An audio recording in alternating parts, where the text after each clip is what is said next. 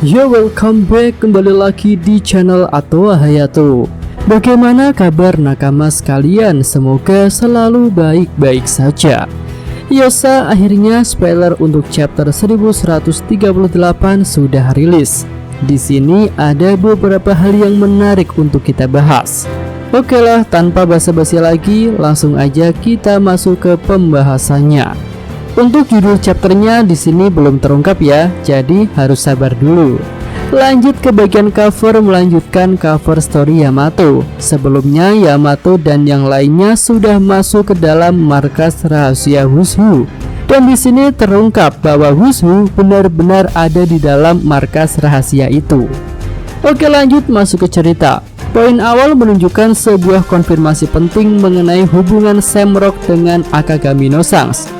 Di sini terkonfirmasi bahwa keduanya memanglah saudara kembar dan Sans disebut sebagai adik, sedangkan Samrock adalah kakaknya.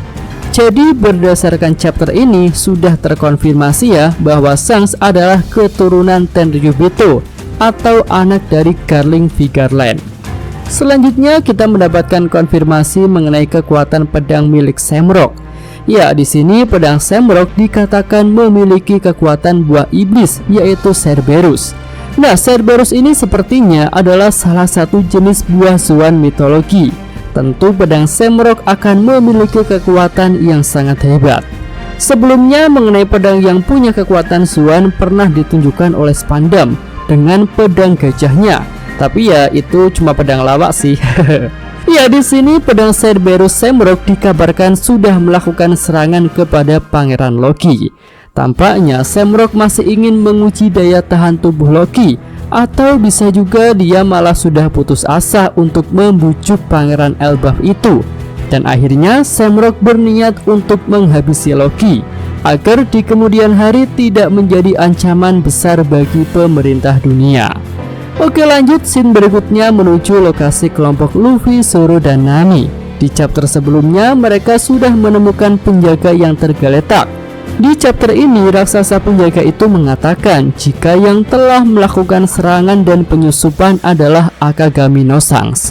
Luffy pun cukup terkejut saat mendengar hal itu. Tentu dia tak percaya jika Sans telah menyerang para raksasa. Ya, di sini berarti raksasa penjaga itu sudah melihat wajah Samrock, tetapi mungkin cuma sekilas saja karena Samrock masih memakai jubahnya. Dan karena baru sekilas itulah raksasa penjaga mengira bahwa yang dia lihat itu adalah Sans. Padahal jika Samrock membuka jubahnya, tentu dia punya banyak perbedaan dengan Sans. Mulai dari gaya berpakaiannya, gaya rambutnya, lalu luka di wajah hingga jumlah tangannya. Nah, selanjutnya kita melihat pergerakan dari sosok misterius yang sudah muncul di hutan Elbaf beberapa chapter lalu. Sosok misterius ini sedang berjalan mendekati kastil. Entah apa yang dia inginkan, di sini belum terkonfirmasi. Namun sosok misterius itu sepertinya punya hubungan kuat dengan bajak laut Roger. Dia mendapatkan sorotan khusus ketika Luffy mengatakan jika bajak laut Roger adalah keluarga bagi Sans. Ya, dari informasi chapter ini tentu dugaan bahwa sosok misterius itu adalah Chopper Gaban jadi semakin menguat, karena dia adalah orang ketiga terkuat di dalam bajak laut Roger. Tentu akan sangat menarik jika Luffy yang pernah berguru dengan Relic akan bertemu dengan Gaban di Pulau Elbaf ini.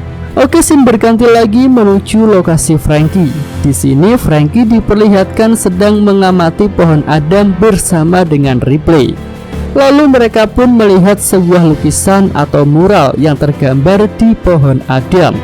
Lukisan itu terlihat sudah sangat tua dan disebut-sebut sudah ada sejak abad kekosongan. Ya, tampaknya Pulau Elbaf memang memiliki hubungan yang kuat dengan abad kekosongan. Mungkin saja lukisan itu adalah peninggalan Joy Boy yang ingin memberikan informasi atau petunjuk kepada penerus tekadnya yang sudah sampai di Pulau Elbaf. Tapi sayangnya di sini belum dijelaskan lukisan itu menggambarkan tentang apa. Jadi ya kita harus bersabar sampai spoiler lengkapnya rilis. Oke, lanjut. Setelah dari lokasi Franky, kita menuju perpustakaan burung hantu. Di sini Robin dan Saul sedang mengamati buku tua, dan buku tua itu adalah buku yang pernah disinggung oleh Jarul, yaitu Prasasti Herli. Ya, sepertinya Saul memberikan prasasti itu kepada Robin karena tak bisa menerjemahkannya sendiri, dan Robinlah orang yang bisa menerjemahkan prasasti Herli dengan baik. Nah, dari prasasti Herli itu Robin menemukan fakta-fakta dan juga cerita mengenai dua pertempuran besar yang terjadi di masa lalu, yang disebut-sebut oleh Jarul sebagai dua insiden kehancuran dunia.